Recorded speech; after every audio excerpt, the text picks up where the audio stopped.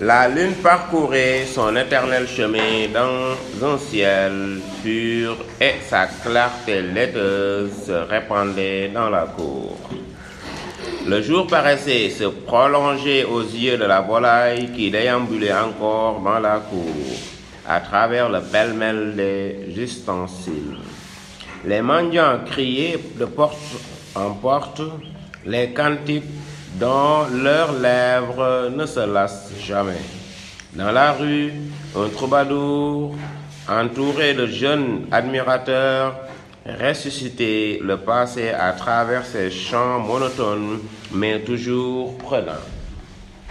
Les marchands de fruits s'étaient installés sous les caïcédéras et formaient avec leurs petites lampes et leurs fidèles clients des petits cadres lumineux où le parfum des mangues embaume les fables et les jurons pittoresques.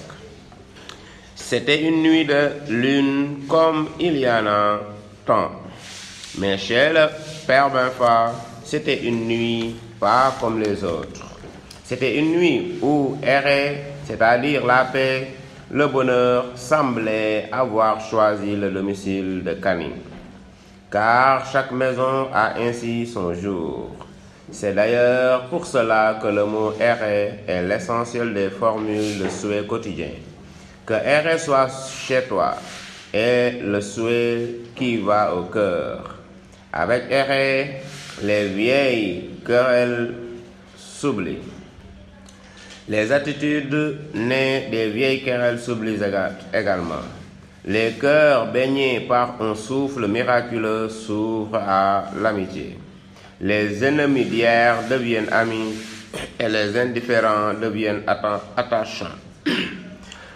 Des vieux souvenirs s'effritent et tombent en poussière et toute la famille renaît à une nouvelle vie pure et sans tache comme le premier matin. Cette vie que chantent les piloges de mille à l'ombre des manguiers, à l'heure où le soleil au zénith laisse pleuvoir du feu sur les torses ruisselants de sueur. Cette vie que chante le berger Paul avec son kirin monocorde sur les pistes brûlées de la brousse. C'est une vie sans haine, une vie de paix et d'amitié. Dans la journée, à plusieurs reprises, Nyamatou, l'oiseau des voyageurs, s'était posé sur le petit manguier de la cour. Maman Téné et ses compagnes s'étaient interrogées sur la signification de ce fait. Nyamatou annonce toujours le retour d'un absent que l'on regrette. Il est l'oiseau de la route. À présent, on peut dire ce qu'il voulait apprendre à Maman Téné et à ses compagnes. Il s'agissait du retour de errer le bonheur.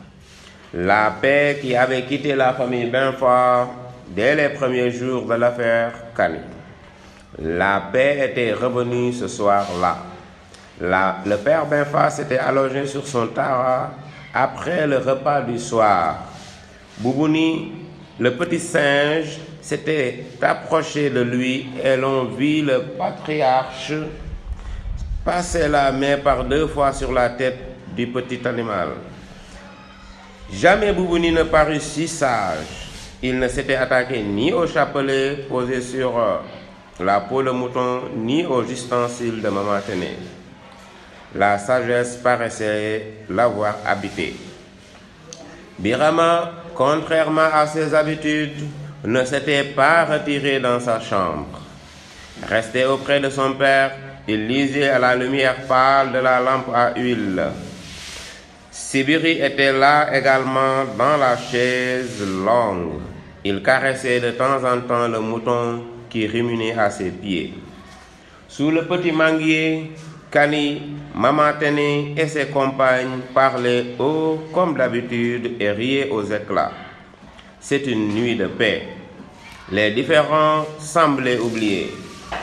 Les peines évanouies, les cœurs étaient mortes, oui, mortes, car ici, le cœur a toujours commandé gestes et paroles. 2 silhouettes franchirent le seuil du vestibule, puis 2 autres. Au bruit de leurs babouches traînantes, en identifiant les visiteurs, c'étaient des anciens. Le père Benfa se redressa, Birama ferma son livre. Sibiri se rajusta dans sa chaise, tandis que Mamatene allait chercher les grandes notes de réception. « Que la nuit vous soit douce !» s'écria un des visiteurs. « Que la paix demeure chez vous !» répondit le père Benfa. « Benfa, nous te saluons. Que la paix soit chez vous. Asseyez-vous. Mamari, Aladi, Koniba, Siré. » Benfa, il est donné à un seul être de ne pas se tromper. C'est celui qui n'agit jamais. Vrai, Mamari. Benfa, Dieu qui a créé le ciel et la terre accepte les prières. Vrai, Mamari. Il y eut une minute solennelle. Le père Benfa se racla la gorge, mais ne dit rien. Benfa, reprit Mamari, mon père a assisté le tien toute sa vie durant. Il l'a vu et admiré parmi les guerriers. Il l'a vu et admiré parmi les chasseurs de fauves. Entre toi et moi, il n'y a pas de refus. Vrai, murmura le père Benfa.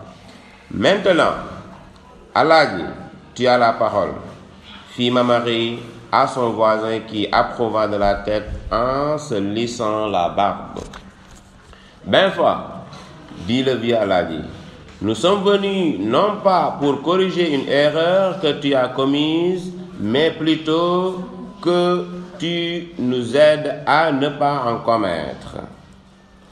Tu sais aussi bien que moi que les temps ont changé. Ça, tu le sais. Benfa, vouloir agir comme nous le faisions naguère, comme le faisaient nos pères, c'est montrer que tu ne vois pas tout le changement qu'il y a. Si nous sommes ici, c'est pour ne pas, à l'instar de certains, te juger sur les apparences et commettre une erreur. Benfa, le mariage d'aujourd'hui n'est pas celui que nous connaissions nous autres. De notre temps, l'homme n'avait qu'une parole. Aujourd'hui, nous sommes face de gens qui mettent tout leur génie à nourrir leurs semblables de fausses promesses. De notre temps, à la guerre comme dans la vie, on combattait de face. Aujourd'hui, le plus fort est celui qui sait dissimuler le mieux. Benfa, les choses ont changé. Nos enfants ne veulent pas nous suivre. Ils refusent tout ce que nous leur donnons. Ils croient trouver ailleurs ce qui réellement ne se trouve que chez soi. Que faire? Devons-nous faire de nos enfants des adversaires? Non, je ne le pense pas. La vie, tôt ou tard, leur enseignera un jour la vérité. Car lorsqu'on a chaud dans sa case, on peut faire une ouverture au mur, mais lorsqu'on a chaud dans la case du voisin, on n'a plus qu'à aller dormir sous un arbre. Et la maison n'est belle que lorsque chacun y reconnaît sa part de labeur. Crois-moi, Benfa, au lieu de faire de ces jeunes des adversaires, aidons-les plutôt. Ils sont malheureux. Leur route, ils la découvriront après les pistes jalonnées d'épines, mais ils la découvriront car de la racine à la feuille, la sève monte et n'arrête jamais. Il y eut un silence. La lampe à huile reflétait une lueur pâle sur le visage maintenant mélancolique du père Aladi. Le père Benfa se racla la gorge. Aladi, Ce que tu viens de dire est juste. Nous sommes dans un monde que nous ne connaissons pas. Aujourd'hui, il n'y a plus rien. Plus de lien entre père et fils.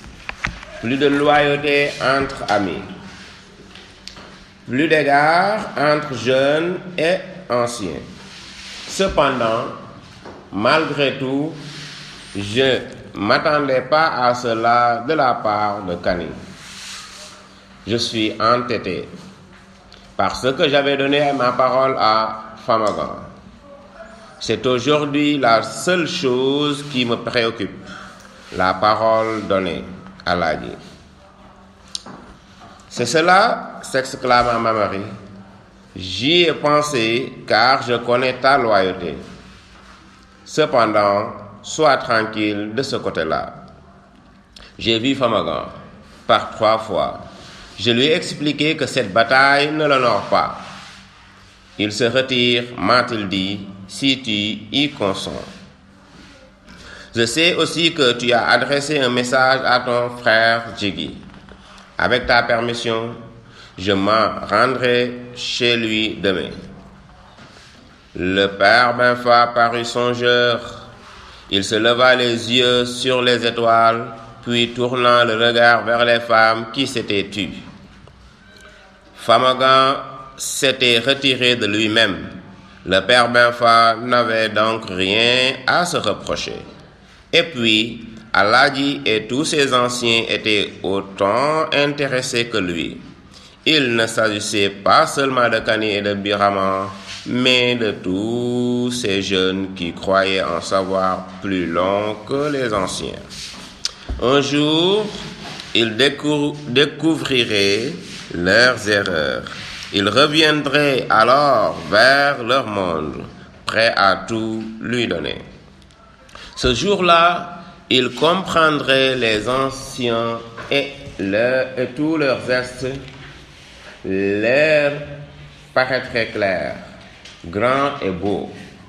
Leurs enfants à qui ils raconteraient leurs aventures grandiraient dans une nouvelle sagesse.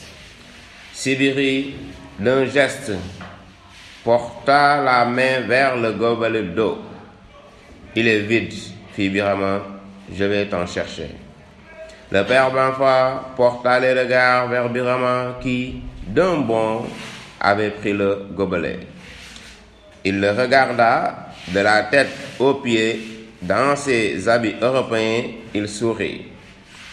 Et toi aussi, mon fils, un jour tu auras soif, pensa-t-il. Montpellier, décembre 1954. Donc,